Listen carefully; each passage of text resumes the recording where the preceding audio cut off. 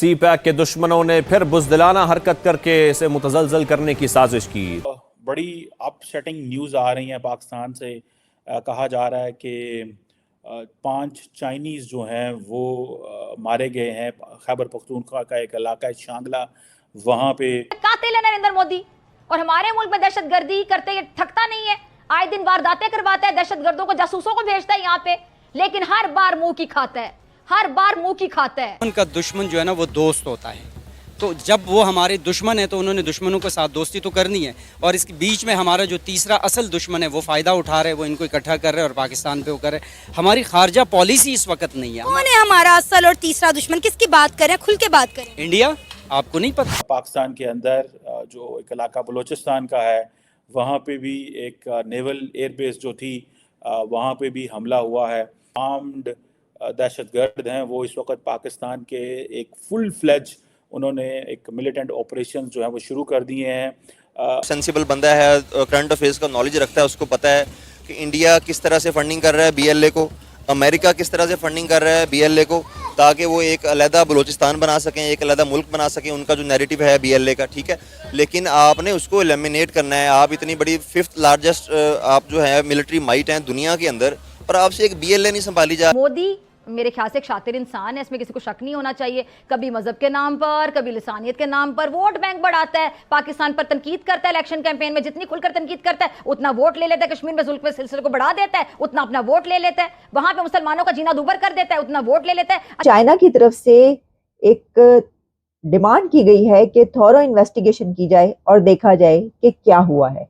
China की तरफ से एक बड़ा सख्त रिएक्शन सामने आ रहा है, जिसमें उनकी अथॉरिटीज़ ने एक डिमांड लॉन्च की है और उसमें पाकिस्तान की हुकूमत से ये कहा है कि ये वाकया कैसे हुआ, इसके पीछे कौन है, और इसको जो है देखा जाए, थॉरो इन्वेस्टिगेशन की जाए। वैसे तो अब तो पूरी दुनिया ये मानने पर आ गई है कि दहशतगर्द रियासत ये बनता जा रहा है भारत। वो वक्त दूर नहीं है कि जब इनको दहशतगर्द रियासत बाकायदा डिक्लेयर कर दिया जाएगा। मुझे पाकिस्तान इस वक्त दाइश के भी जेरे वो थ्रेट है, जो टीटीपी की भी थ्रेट है और बलोच मिलिटेंट्स का भी थ्रेट है। आप देखें जो ISIS-K है, जिसे ISIS खुरासान कहा जाता है, इसने 21 अटैक किए हैं। इस पाकिस्तान में हमने जिसे कहते हैं ना बड़ी कोशिश की कि किसी तरीके से जान छूट सके, लेकिन मेरा नहीं ख्याल हमारी जान छूट रही है। की सरपरस्ती में चलने वाली जो रॉ है, उसकी जो अभी अमेरिका और कनाडा में दहशतगर्द कार्रवाइयाँ हैं वो भी सामने आ गई हैं। टीटीपी की तरफ से हमले पर हमला हो रहा है, खुद कुछ आके फट रहे हैं, उड़ उड़ के आ रहे हैं जैकेटें पहन पहन के, और जगह जगह फट रहे हैं। तो ये वाला जो क्या ये टीटीपी की तरफ से किया गया है, तो इस सिलसिले में अभी तक किसी भी ग्रुप ने इसकी रिस्पॉन्सिबिलिटी क्लेम नहीं की। आप बलूचिस्तान को देखें, बलूचिस्तान तो पाकिस्तान के अंदर रहते हुए जो है वो पाकिस्तान का खुला दुश्मन बन गया है। देखें, ये जो बीएलए वाली स्टोरी है ना, ये बड़ी देर से पनप रही है, ये अब की बात नहीं है, और ये किसी डके छुपी बात नहीं है। हर बंदे को, जो सेंसिबल बंदा है, करंट अफेयर्स का नॉलेज रखता है, उसको पता है कि इंडिया किस तरह से फंडिंग कर रहा है बीएलए को, अमेरिका किस तरह से फंडिंग कर रहा है बीएलए को, ताकि वो एक अलहदा बलूचिस्तान बना सकें, एक अलहदा मुल्क बना सकें। उनका जो नैरेटिव है बीएलए का, ठीक है, लेकिन आपने उसको एलिमिनेट करना है। आप इतनी बड़ी 5th लार्जेस्ट आप जो है मिलिट्री माइट हैं दुनिया के अंदर, पर आपसे एक बीएलए नहीं संभाली जा रही। टीटीपी जो है, मतलब हमारे खुद साख्ता पैदा किए हुए लोग जो हैं वो आज हमारे लोगों की जानें ले रहे हैं, हमले कर रहे हैं और खुलेआम दंदनाते फिर रहे हैं। सबसे बड़ी जो है वो दुख और हैरत की बात ये होती है कि हमारी सिक्योरिटी फोर्सेस किधर हैं यार, उनकी इंटेलिजेंस क्या कर रही है, क्या उनके जो ऊपर एग्जीक्यूटिव जो बैठे हुए हैं वो क्या कर रहे हैं, क्या उन इस पे हमला हुआ है। ये सिर्फ इसलिए हुआ है कि जो कोई इन्वेस्टमेंट पाकिस्तान में आने वाली थी, जो इन्वेस्टमेंट पाकिस्तान में आने वाली थी, अब वो उसके ऊपर, क्योंकि चाइनीज का सबसे बड़ा प्रॉब्लम ही हमारे साथ ये है कि भाई आप हमारे लोगों को प्रोटेक्ट ही नहीं कर सकते, आप हमारे लोगों को प्रोटेक्ट ही नहीं कर सकते। अभी ये शांगला में जो अटैक हुआ है, 2 दिन पहले जो एक बलोच लिबरेशन ऑर्गेनाइजेशन है, जिसे वो कहते हैं ना, उसने मजीद ब्रिगेड ग्रुप है, ठीक है जी, वो ग्वादर पोर्ट अथॉरिटी में आपको पता है वो घुस गया था। अभी वो कल रात उन्होंने एक और नेवी की एयर बेस में जो हमला करने की कोशिश की, वो लोग मारे गए हैं। सो आप देखें एवरी डे जो है वो हमले हो रहे हैं।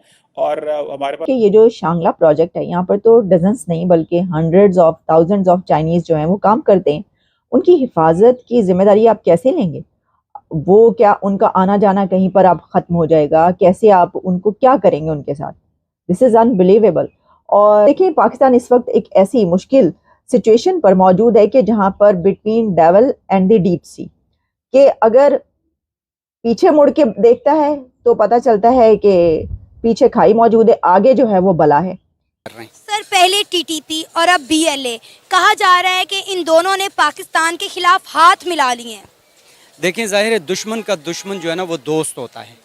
तो जब वो हमारे दुश्मन है तो उन्होंने दुश्मनों के साथ दोस्ती तो करनी है, और इसके बीच में हमारा जो तीसरा असल दुश्मन है वो फ़ायदा उठा रहे हैं, वो इनको इकट्ठा कर रहे हैं और पाकिस्तान पे वो कर रहे हैं। हमारी खारजा पॉलिसी इस वक्त नहीं है। कौन है हमारा असल और तीसरा दुश्मन? किसकी बात करें, खुल के बात करें। इंडिया।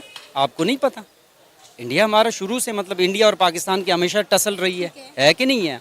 और इंटरनेशनल जो एजेंडा है, मतलब जो अमेरिका है या इसराइल है, जो इंटरनेशनल एजेंडा है वो पाकिस्तान के हक में तो कोई भी नहीं है। सर, टसलबाजी अपनी जगह ठीक है, एक जेलस होना, एक दूसरे को डेवलप देखकर, वो भी अपनी जगह, डेवलपमेंट का कंपैरिजन भी अपनी जगह, लेकिन मुझे नहीं लगता कि इन सब के पीछे जो है इंडिया है और ये सब कुछ इंडिया करवा रहा है।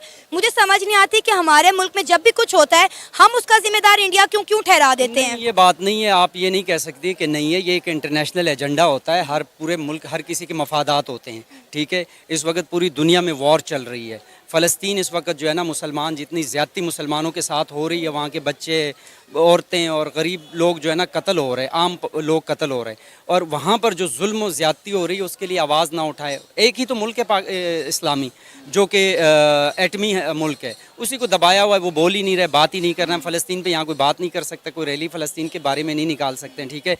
उसी को दबाने के लिए, इसको इंगेज करने के लिए एक इंटरनेशनल एजेंडा होता है। 75 साल में देखें, माजी में अगर चले जाएं तो हमारे कसूर है।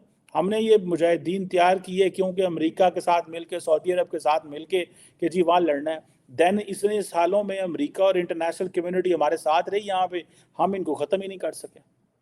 और अगर ख़त्म करना भी था, देखिए कर तो अमेरिका भी नहीं सका, जो जंग वो लड़ने आया था वो जंग को अधूरी छोड़ के चला गया। आज वो जंग जो है उधर की उधर ही खड़ी हुई है, और हम जो है वो एक मुश्किल में फंसे हुए हैं और हमें कोई रास्ता नजर नहीं आ रहा क्योंकि कोई हमारी मदद करने को तैयार नहीं है। अब चाइनीज अगर जो है वो मारे गए हैं तो सबसे पहले तो चीन नाराज, इंटरनेशनल इन्वेस्टर नाराज। जब ये सारे नाराज होंगे तो फिर क्या होगा? एक क्वेश्चन आता है ना, जब चीन नाराज है तो फिर क्या होगा? अब आपको कंपनसेशनें भी भेजनी पड़ेंगी। अब होता क्या है कि एक भी चीनी मारा जाएगा तो सवाल उठेगा, सवाल तो उठेगा ना कि किधर मारे गए, क्यों मारे गए, कैसे मारे गए, किसने मारे, हुकूमत क्यों नहीं कुछ कर सकी।